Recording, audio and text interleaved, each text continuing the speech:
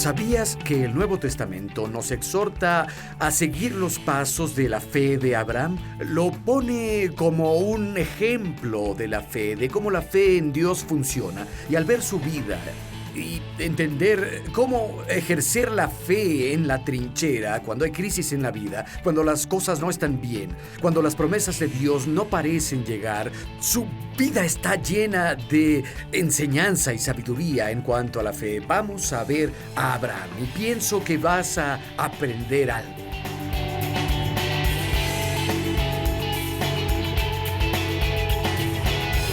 Estudiaremos a un hombre que pagó el precio más alto, aceptó dar la vida de su hijo.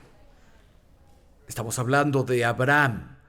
Nos cuenta el libro de Romanos que sigamos el ejemplo de la fe que Abraham tuvo. Y quiero que abran sus Biblias en Hebreos capítulo 11. Hebreos capítulo 11. Y quiero hablar de 5 aspectos o características de la fe de Abraham. Cuando lo encuentren, oremos. Padre Celestial, queremos ver y oír tu palabra con mucha emoción, sabiendo que nos fortalecerá, nos hablará y también nos dará guía, alimento para el espíritu. Señor, escuchamos con la intención de no solo ser escuchas, sino hacedores, de poner tu palabra en práctica.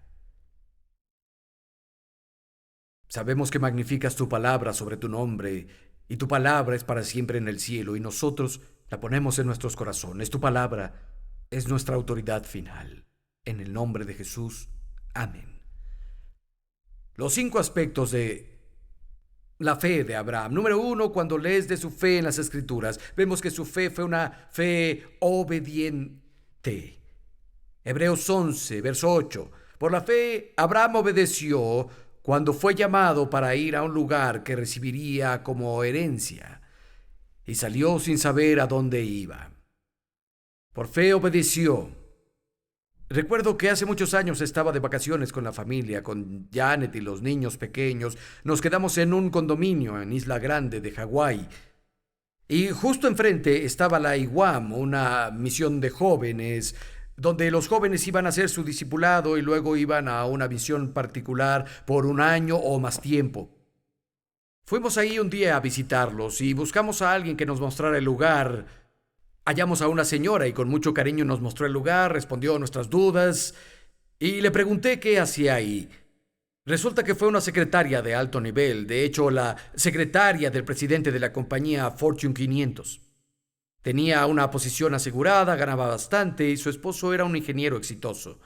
Y ambos dejaron sus carreras y seguridad porque Dios los llamó y hacían un entrenamiento de discipulado. En ese tiempo de entrenamiento vivían en el garage de alguien, se bañaban en el patio con una manguera y planeaban ir a un pequeño enjambre de islas en South Seas para trabajar con los nativos y llevarles el evangelio y ayudarlos con microempresas para elevar su nivel de vida.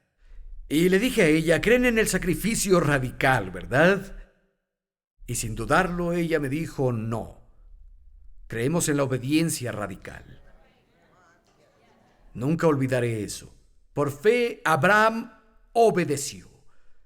Cuando fue llamado y salió sin saber a dónde iba. Verán, Dios no te da un mapa, solo te da un paso. Y requiere que des ese paso antes de que te dé el siguiente paso. Salmos 37:23 dice, los pasos del justo son ordenados por el Señor. Dios nos da pasos, no nos da mapas. Y si tienes que saber todo lo que pasará, Dios, ¿a dónde terminaré? ¿Cómo vas a proveer? ¿Cómo va a funcionar? Entonces Dios solo podrá usarte muy, muy poco. Dios dice, ve, da el paso, yo proveeré, da el paso, yo te daré más guía. La persona que tiene que saber todo desde el principio nunca va a llegar muy lejos. Es sorprendente cuando damos el paso, Dios hace cosas increíbles. Aunque parezcan pequeñas, un día estaba en la plaza con los gemelos. Eran pequeños entonces, ahora tienen 25 años, los cumplieron esta semana. Íbamos caminando y creo que íbamos a comprarles una galleta. Y íbamos en el camino y tuve la sensación repentina de que debíamos girar e ir al otro lado. Reconocí que Dios me hablaba y dije, chicos, vamos del otro lado. Y dijeron, papá, es por aquí. Y dije, vengan. Dijeron, ¿por qué vamos allá? Y tuve que decirles, no lo sé. Y dijeron, aquí vamos de nuevo. Así que caminábamos, llevábamos tal vez 2 o 3 minutos y oí que llamaron mi nombre. ¡Bayless! Volteé y era el pastor Ed Smith en una cafetería tomando café. Y dije, Ed, ¿qué haces aquí? Y dijo, estaba orando. Siéntate. Y me senté ahí con los gemelos. Y dijo, Vanessa y yo nos sentimos junto con la iglesia que necesitamos entrar al ministerio en el continente africano, pero no conocemos a ningún africano. ¿Conoces a algún africano? ¿Estás conectado con África? Pues resultaba que hospedábamos a un caballero, el doctor Paul Nweke, de la ciudad de Onitsha, Nigeria, en ese exacto momento. Tenía un superministerio, yo había predicado en esa ciudad, en su iglesia, en ese tiempo tenía 600 iglesias que él cuidaba. Y dije, ¿sabes, Ed? Es gracioso que preguntes. Tenemos a un caballero en casa, el doctor Paul Nweke, y me gustaría conectarte con él. Así que presenté al pastor Ed con el doctor Nweke y se abrió una gran puerta de ministerio y oportunidad para su iglesia. Y comenzaron a tener un ministerio en África. No sabía por qué debía desviarme en la plaza cuando tuve la sensación. Y en segunda, la fe de Abraham era generacional y era eterna. Verso 9 dice, por la fe radicó en la tierra prometida como extranjero y habitó en tiendas con Isaac y Jacob, herederos también de la misma promesa, porque esperaba la ciudad de cimientos sólidos que Dios construyó. De hecho, les he compartido esto. No sé si se han preguntado por qué Dios eligió a Abraham para que fuera el padre del pueblo elegido, uno en el linaje de Jesucristo, el Salvador del mundo. ¿Por qué no uno de la isla del Pacífico? O a un asiático, o a un europeo, o a un nativo americano, o a un africano. ¿Por qué Dios eligió a este chico Abraham de Ur de los Caldeos en el Medio Oriente para este gran honor? Dios solo da una razón de ello en las Escrituras. La encuentras en Génesis 18. Dios dijo, lo escogí. Literalmente lo elegí a él, lo seleccioné, porque él enseñará a sus hijos después de él. La única razón por la que Dios eligió a Abraham es porque era generacional en pensamiento y en sus acciones. Piénsalo, vivía en tiendas polvosas en la tierra prometida, sabiendo que él personalmente no la heredaría, sino que las generaciones futuras la heredarían y se volverían residentes permanentes. Hizo todo esto por las generaciones futuras. Estaba parado en la frontera de Zambia y Zimbabue, al pie de la gran estatua de David Livingstone, el hombre que abrió el continente negro de África al Evangelio de Jesucristo. Y tal vez no lo sepan, pero su cuerpo fue enterrado en la abadía de Westminster en Londres, pero su corazón permaneció en África. Antes de que lo enviaran a casa, los africanos tomaron su corazón y lo enterraron allí. Él le entregó su corazón a la nación. Y he leído todo su diario, y hay una sección en el diario de David Livingstone donde habla de trabajar en una región en particular de aldeas dispersadas en un área enorme. Tenía malaria entonces, sufrió tanto, le habían robado todas sus cosas, y había orado y trabajado y predicado y trabajado y sufrido, y solo algunos lograron convertirse. Y en su diario habló sobre el trabajo, el esfuerzo y el sacrificio. Dijo, pero un día, creo con todo mi corazón que en este mismo lugar miles llegarán a Cristo. Y casi 100 años después de ese día, Reinhard Bonnke hizo una cruzada en ese mismo lugar y 300,000 africanos llegaron a Cristo en menos de una semana. ¿Quién preparó la tierra para eso? Fue David Livingstone.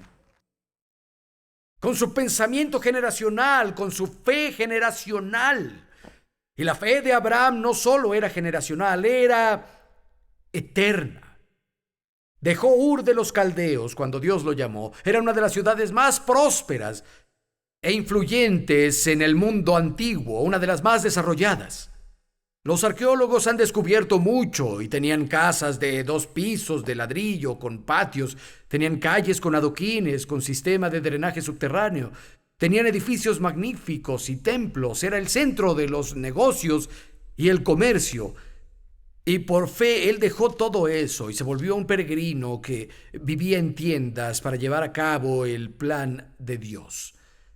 Dice, como vimos en el verso 10, esperaba la ciudad de cimientos sólidos que Dios construyó.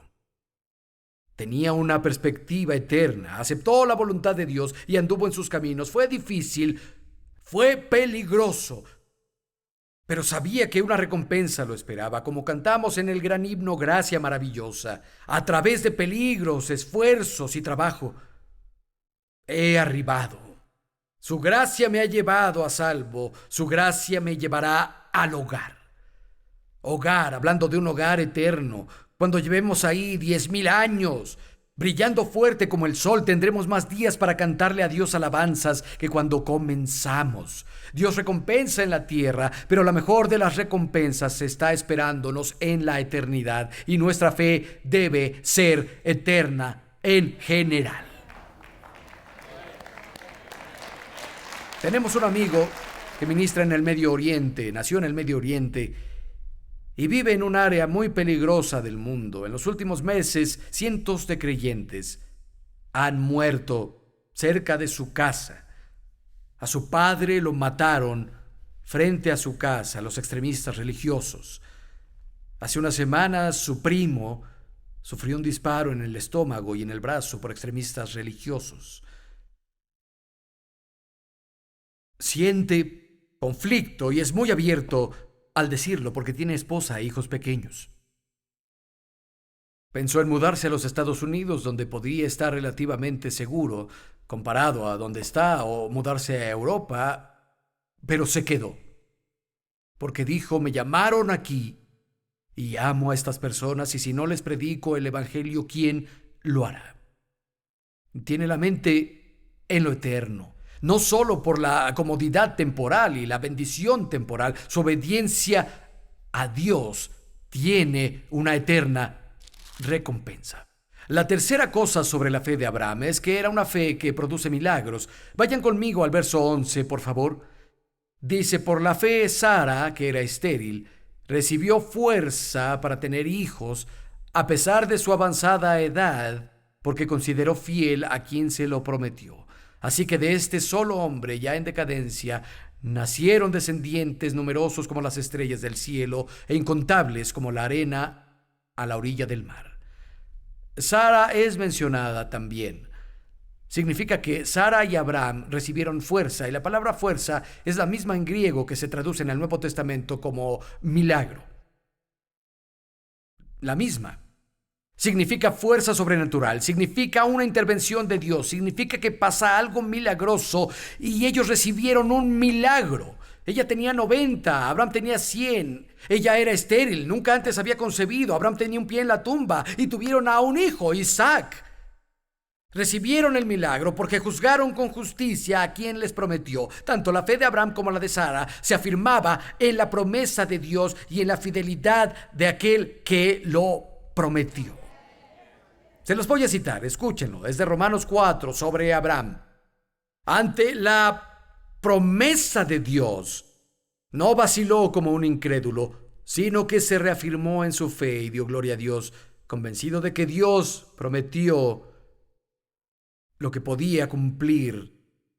Y donde dice que Abraham y Sara recibieron un milagro por fe, porque juzgaron justo a aquel que lo prometió. La palabra juzgar literalmente es tenerlo en mente. Significa tener en mente, en el pensamiento, o ensayar algo. El rey David lo puso así en el Salmo 37, dijo, aliméntate de su fidelidad. Aliméntate de la fidelidad de Dios, y lo haces leyendo sus promesas. reflexionando en sus misericordias pasadas, ensayando sus respuestas anteriores a tus oraciones. Así te alimentas. Hay que alimentarnos de su fidelidad. Tenemos 2 nietos. Creo que el menor Sawyer a veces es más como un bebé pterodáctilo que un ser humano. Siempre tiene hambre, aún no habla, pero hace mucho ruido, más cuando tiene hambre, que es todo el tiempo. Harrison y Bethany vuelven de Nueva York hoy, y Janet cuidó a los niños 1 día y medio. Estuve ahí el viernes en la tarde, y lo primero que Janet dijo: Sawyer ha comido todo el día. Nos dan de comer, nos envían algo de comer entre servicios. Y hace 8 días los nietos estaban ahí, yo había comido bien. Sawyer entró, tiene 1 año, y comió el doble que yo, y aún tenía hambre. Si te alimentas de la fidelidad de Dios de esa manera, la fe nunca será un problema para ti.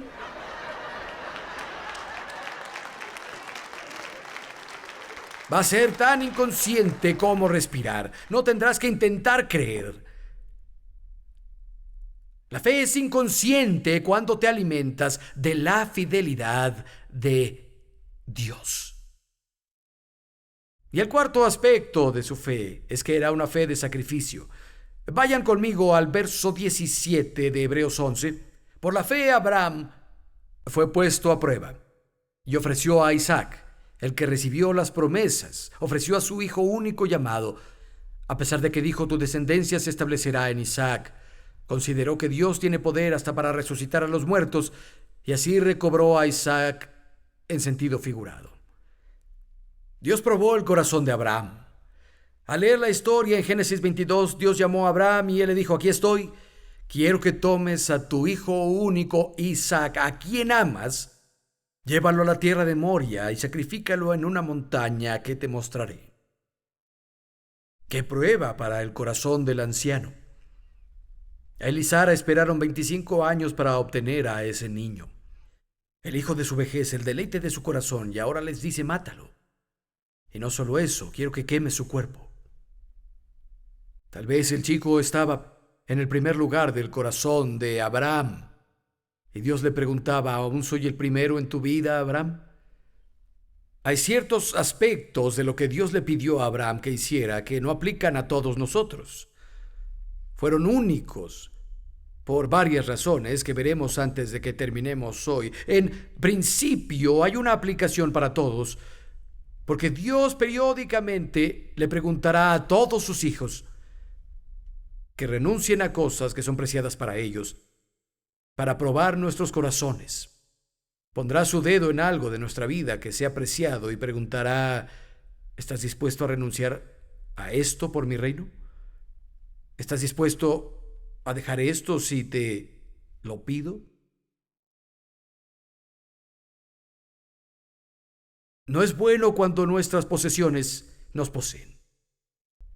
Pero creo que Dios quiere que estemos dispuestos a dar lo que sea, donde Él ponga su dedo. Nuestra fe, si vamos a seguir los pasos de Abraham, uno de esos pasos es el sacrificio. Y finalmente, su fe era portentosa en cuanto a que era la señal de que algo vendría. Vamos a ver el lenguaje aquí en lo que acabamos de leer. Dice Abraham que ofreció a su único hijo amado. ¿Esa frase les suena familiar?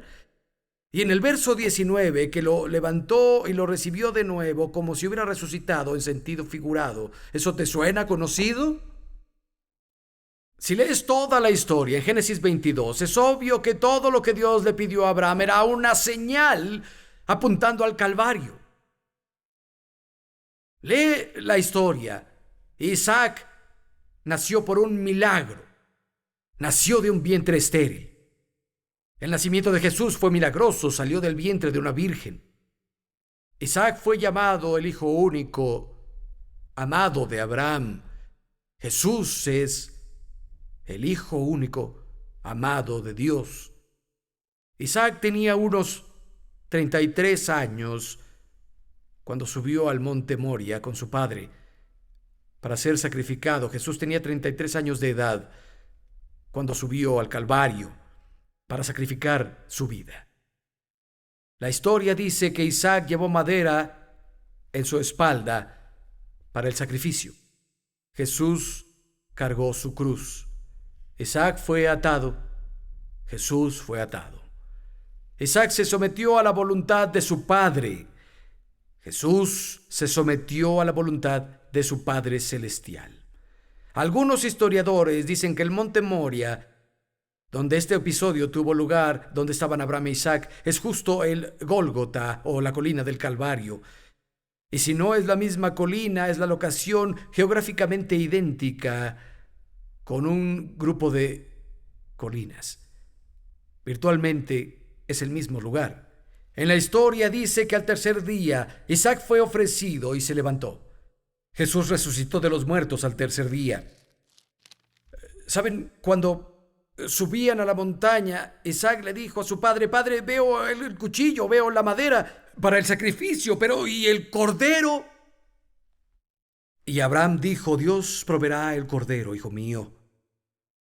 Y Abraham estaba listo para enterrar el cuchillo en su hijo. Dios lo detuvo.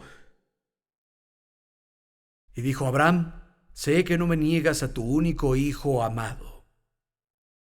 Cuando volteó, había un carnero con los cuernos atorados en un arbusto. Se encontró el sustituto. ¿Y sabes qué? Dios no nos negó a su único hijo amado. Nosotros íbamos a morir por nuestros pecados. El precio del pecado es la muerte, pero se encontró un sustituto. El nombre es Jesucristo y se ofreció en el altar de la cruz del Calvario para liberarnos. ¡Qué impresionante Salvador! Y la Biblia dice que al tercer día resucitó para nuestra justificación. Y si crees eso, Romanos 10, 9 y 10, si tú crees en tu corazón que Dios levantó a Jesús de los muertos y lo confiesas con tu boca como Señor, Dios te llevará a una relación llamada salvación. Solo quiero darte la oportunidad de hacer eso hoy. Todos haremos una oración juntos, pero si nunca le has pedido a Jesús que sea Señor de tu vida, hoy es tu día de libertad. Te tengo noticias. No se trata de un ritual religioso. No se trata de una ceremonia sin pensar. Se trata de caminar, hablar, vivir, respirar una relación con Dios. Quiero que cierren los ojos y guarden silencio.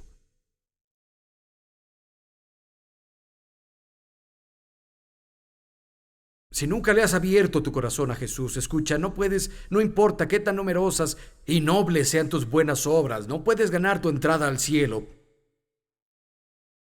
No importa cuánto sacrificio personal hagas, no importa cuántos rituales religiosos lleves a cabo, para estar bien con Dios es la fe. La Biblia dice: por gracia eres salvado por la fe, no por obras. Es un regalo de Dios, pero un regalo para que beneficie al receptor debe recibirse. Ahí entra la fe. Si dices sí, haces esa confesión de su señoría. Pero quiero incluirte hoy, no solo a los que nunca han comprometido sus vidas a Cristo. Hoy quiero incluir a los hijos pródigos que no están aquí. No vas a negar que Jesús es el Hijo de Dios, ya tuviste ese encuentro real con Él. Pero sabes que tu estilo de vida está en conflicto con lo que predicas ser. Hay un gran contraste entre lo que predicas ser y cómo vives. La palabra para eso es ser tibio. Quiero invitarte a volver a Dios hoy, hijo pródigo. Es hora de volver a casa. La buena noticia es que Dios no está enojado, pero no quiere seguir coqueteando con el mundo, jugando en el territorio del enemigo. Es un lugar peligroso. Entre más estés fuera, más endurece tu corazón. Debes arrepentirte, volver a casa, ser restaurado. Comienza a vivir para Dios con todo tu ser. Pon tu mano en el corazón. Vamos a orar juntos. Pon el corazón a estas palabras. Dios está buscando un corazón sincero. Dios, gracias por amarme tanto, que permitiste que tu Hijo muriera en mi lugar. Jesús, gracias por ir a la cruz, por pagar el máximo precio por mí. Creo que fuiste resucitado de los muertos. Hoy tomo la decisión. Te doy mi corazón. Te confieso como mi Señor. A partir de este momento, mi vida ya no es mía. Todo lo que soy y lo que tengo, lo pongo en tus manos, Jesús. Oro en tu nombre. Amén. Maravilloso. Voy a dar un aplauso.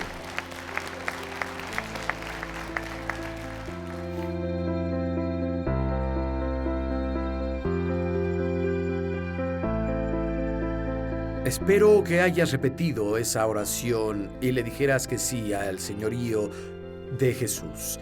Es el asunto más importante que arreglar en la vida. También quiero animarte, pues aunque nuestro estado espiritual es lo más importante, no significa que Dios no esté interesado en otros aspectos de nuestra vida. Dios está interesado en los pequeños detalles. Él conoce bien las crisis de tu vida, conoce los problemas que enfrentas y quiere ayudarte. Siento en el corazón que alguien me está viendo, está profundamente desanimado. Sabes, Dios te ve y quiere ayudarte. Quiero animarte a que no te rindas. Al ministro que me está viendo ahora y se siente desanimado, no te rindas. Sigue fiel al Señor. Él no se rinde para ti. Los dones y el llamado de Dios son irrevocables. Dios no cambia de opinión. Y hay un futuro y esperanza para ti. Desearía tener más tiempo, me encantaría saber de ti. Escríbeme, envíame un email y hasta la próxima. Que la bondad de Dios esté contigo siempre.